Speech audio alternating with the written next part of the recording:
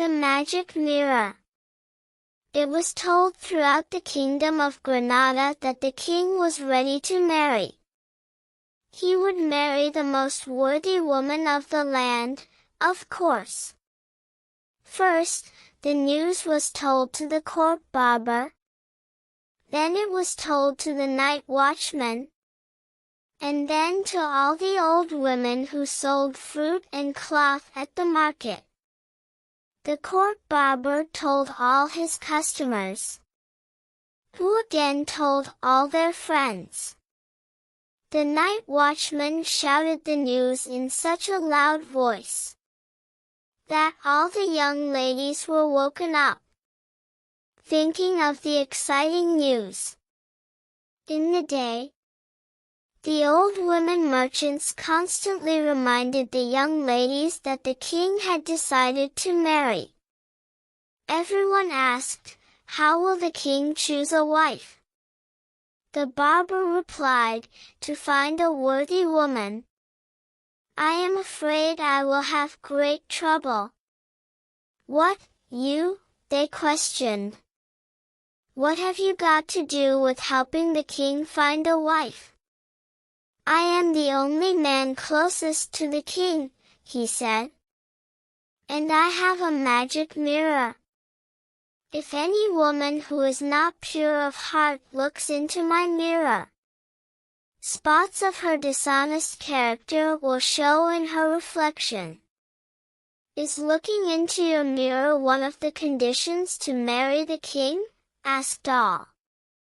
"That is the only condition," replied the barber, placing his thumbs in the armholes of his waistcoat and looking very wise. "Is there a limit as to age?" they asked.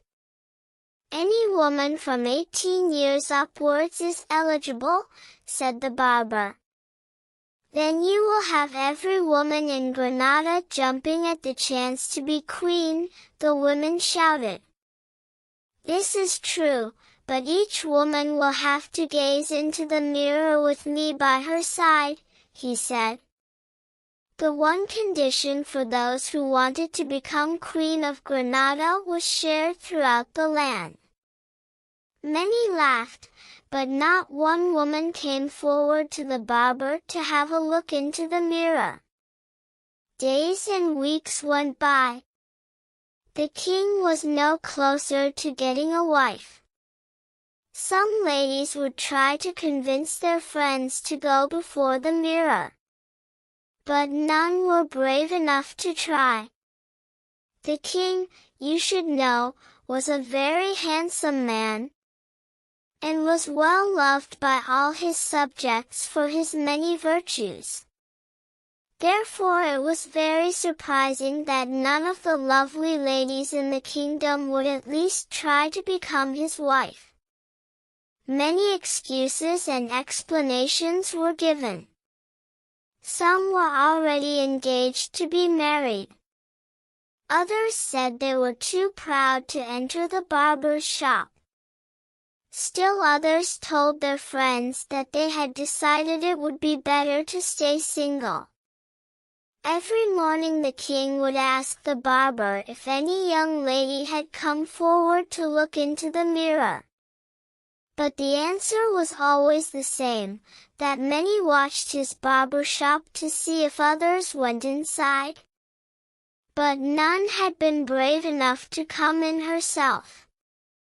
"Ah, Granada, Granada," said the king. "Is there no maiden in this land who wants to be my bride?" In other lands, kings have no trouble in finding a worthy young woman to marry. Why is this happening to me?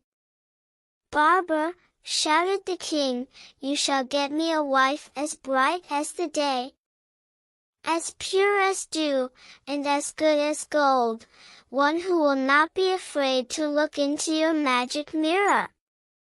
"Your Majesty," replied the barber, "there is one chance. There is a lonely shepherd girl who lives by herself far away on the mountainside. She may be brave enough to look in the magic mirror. But would you marry a girl of such low birth? Bid her to come, answered the king. Before my assembled court. Let the shepherd girl look into the mirror after you have told her what may happen if she dares to look. Soon the barber had brought the young woman to court. The whole kingdom filled the royal hall to see the girl who was so brave and proud as to look into the magic mirror. When the girl entered the royal hall, she felt very shy from being surrounded by so many beautiful men and women. The king was very pleased with her appearance, and received her kindly. He reminded her that if she wanted to be his wife, she would have to gaze into the magic mirror. If she had done anything dishonest which would show a lack of virtue, the mirror would show as many dark spots on its surface as there might be in her past. Sir, replied the young lady, everyone makes mistakes, and I am no different. I've made mistakes with my flock. But they must forgive me because every day they let me take care of them all over again. If they think danger is coming, they come to me to protect them. I love my sheep and do my best for them.